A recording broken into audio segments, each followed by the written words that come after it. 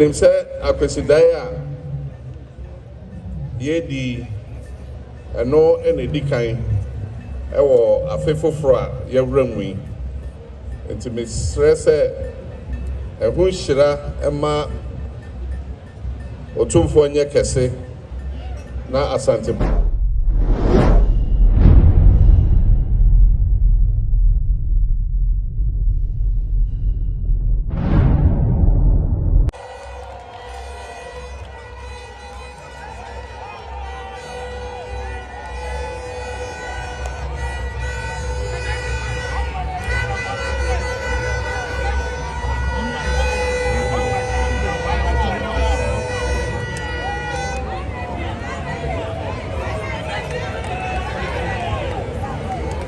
Your Royal Majesty, Otumfour Osei Tutu, the second King of the Asante Kingdom,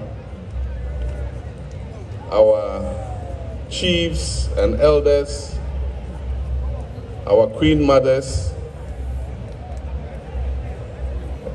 members of Parliament, ministers of state present, political party representatives, citizens of Asante,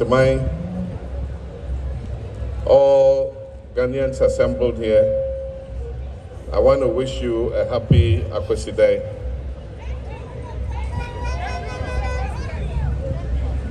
Nana, yenim se Akwasidea yedi eno ene dikan ewo afefoforo a yewramu yi enti mesrɛ sɛ ɛho hyira ɛma Otumfour nyɛ kɛse na Asante nso ɛnyɛ kɛse na yenya nkɔsoɔ.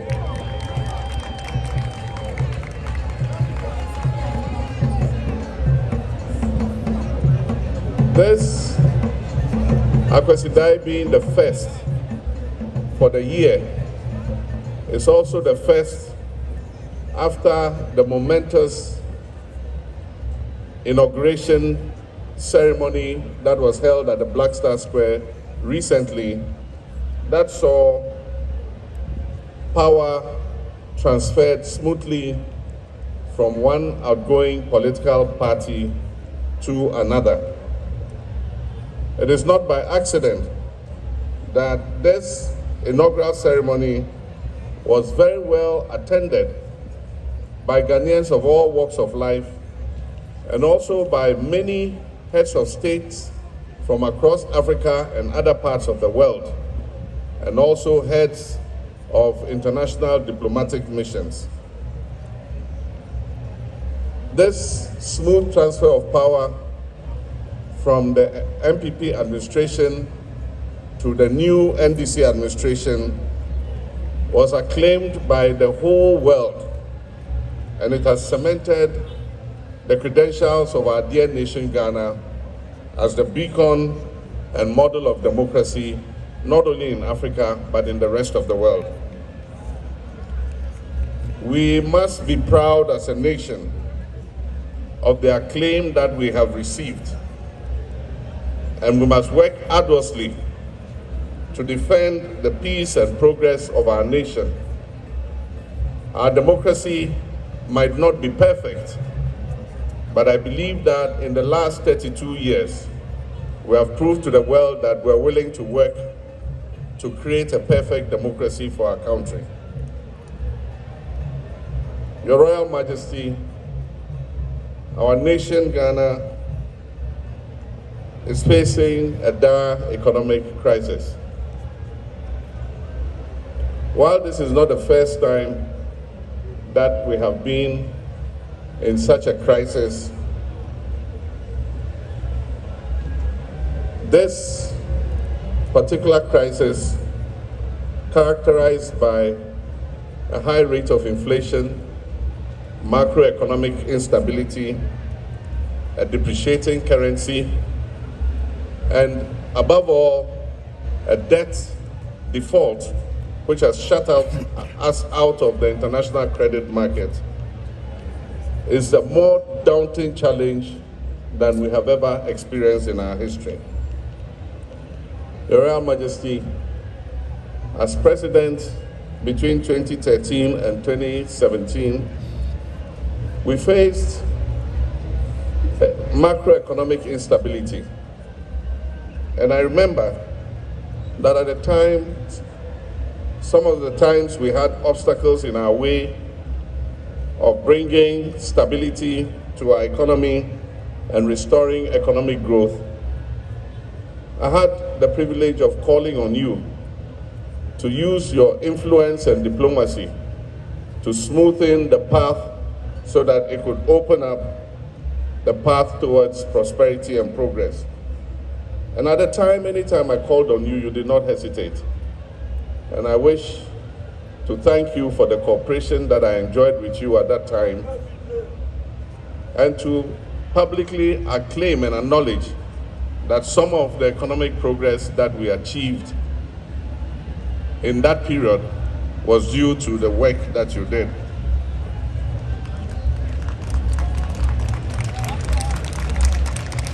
Your Royal Majesty, as we have inherited a difficult economic situation, I'll be calling on you again from time to time. And I know that when I call on you, you will not hesitate, so that we can work together to put our nation, Ghana, back on its feet.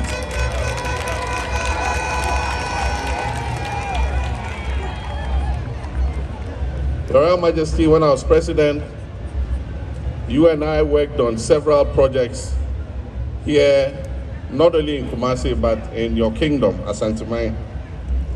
I remember we worked together on the KJTR market. We worked together on the Kumasi International Airport. We worked together to build many schools, which we call the E-blocks, in several areas of your kingdom. We worked together to expand access to healthcare by building hospitals, some of which we did not complete. We worked together to improve the road network in the whole of the Ashanti region using the Cocoa Roads program. We also extended electricity to many communities in Ashanti and also provided clean drinking water for many communities.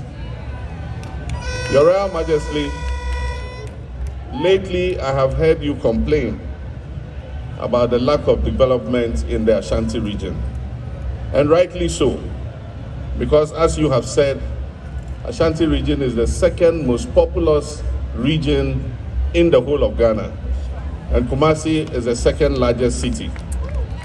And as you rightly noted, in every country, the second largest city is equipped and developed almost as close as the first city, because in the event of crisis or invasion or war, government must be able to retreat to another city where it can function in order to safeguard the country.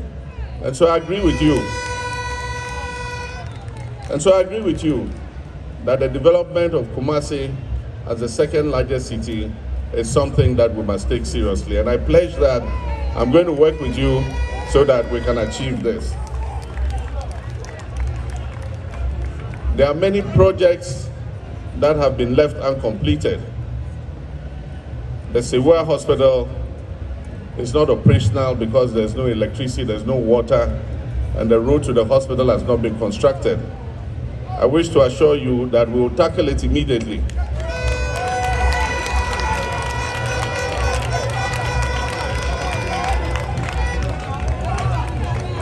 And make sure that we can open the doors of that hospital so that it will ease the pressure on Otumfour. We need to move some of the patients from Otumfour to Sewua so that we can empty the infrastructure in Otumfour and do the renovations that are necessary. It is difficult to do the renovations of Otumfour when the hospital is working at full capacity. And so, Nana, I assure you that we will work together on that. During my administration, we decided that there was the need for a second military hospital. The importance of military hospitals is that they are emergency hospitals that provide health care at all times to the public. And so there are cases where we have had misunderstandings with our doctors and nurses when there has been a strike and the public hospitals are closed. The military hospitals always remain open as emergency hospitals. And that is why we decided to build the second military hospital here in Asantemai in Afari. It was in an advanced stage of completion, but unfortunately, it has been abandoned, and for 8 years now, it has not been completed. I assure you, we're going to accelerate work on the second military hospital in Afari and open its doors so that it can serve the people of Asantemai.